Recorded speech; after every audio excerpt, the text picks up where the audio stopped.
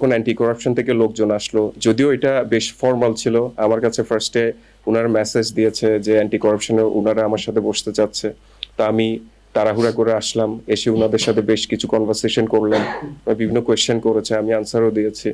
তো আপনি অ্যান্টি করাপশনের প্রত্যেকটি ইন্ডিভিজুয়াল থেকে জিজ্ঞেস করলে দেখতে পারবেন যে আমি উনাদেরকে যে পরিমাণ সাপোর্ট দিয়েছি, সেই পরিমাণ সাপোর্ট সেকেন্ড কোনো পার্সন পুরা ফ্র্যাঞ্চাইজ লিগে দিতে পারে না, এটা আমি কনফিডেন্টলি বলতে পারি। কারণ ওনারা যখন আমার মোবাইল চেক করছিল, তখন আমি ওনাদেরকে কোড দিয়ে দিয়েছি। পরে একজন অ্যান্টি করাপশনে একজন বলতেছে আপনার মোবাইল চেক করা, আপনার মোবাইল আমরা আরো ইনডেপথ রিসার্চ করা দরকার আছে।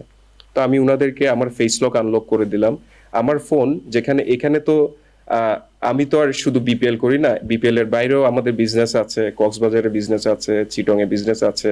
তো সামহাউ আমি তো মাল্টিপল বিষয় নিয়ে ইনভলভড, বাট স্টিল ওনারা যখন আমাকে বলেছে আপ টু 72 আওয়ার্স ওনাদের মোবাইলটা লাগবে, আমি আমার ফেস লক আনলক করে কোড কোড চেঞ্জ করার চেষ্টা করছি।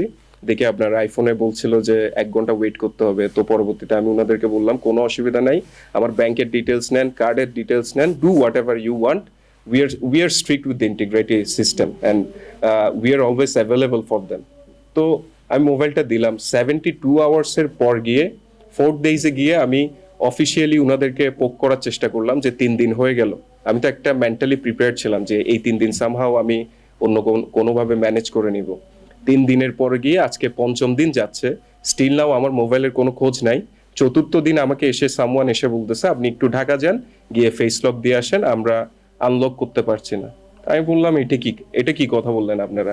এই 3 দিন আপনারা তাহলে আমার মোবাইলটা রেখে দিলেন কি জন্য?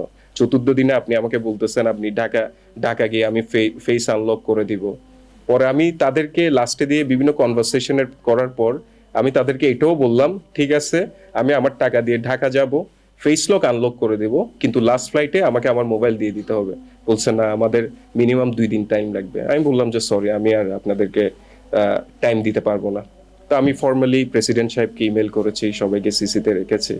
পরবর্তীতে ওই ফর্মাল ইমেলটা সামহাউ লিক হয়ে হয়তো নিউজে আসছে যে আমার মোবাইল নিয়ে নিচ্ছে এটা সেটা, বাট ওয়ার্ডিংটা একটু বেশি সেন্সিটিভ ছিল। বাট স্টিল আমার এটা নিয়ে কোনো আপত্তি নাই।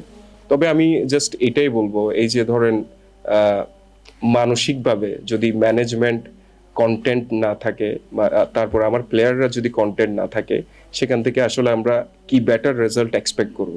তো এইভাবে যদি আমরা প্রতি বছর 2-3 কোটি টাকা লস দিয়ে দিয়ে যদি আমরা বিপিএল কে ক্যারি অন করতে থাকি, সেই সিচুয়েশনেও যদি মেন্টালি আমাদেরকে এভাবে টর্চার করা হয়, এই সিচুয়েশনে আসলে আমরা ম্যাচে কিভাবে থাকবো বা আমরা ফ্র্যাঞ্চাইজ লিগ কিভাবে চালাবো, আমার কোনো আইডিয়া নেই।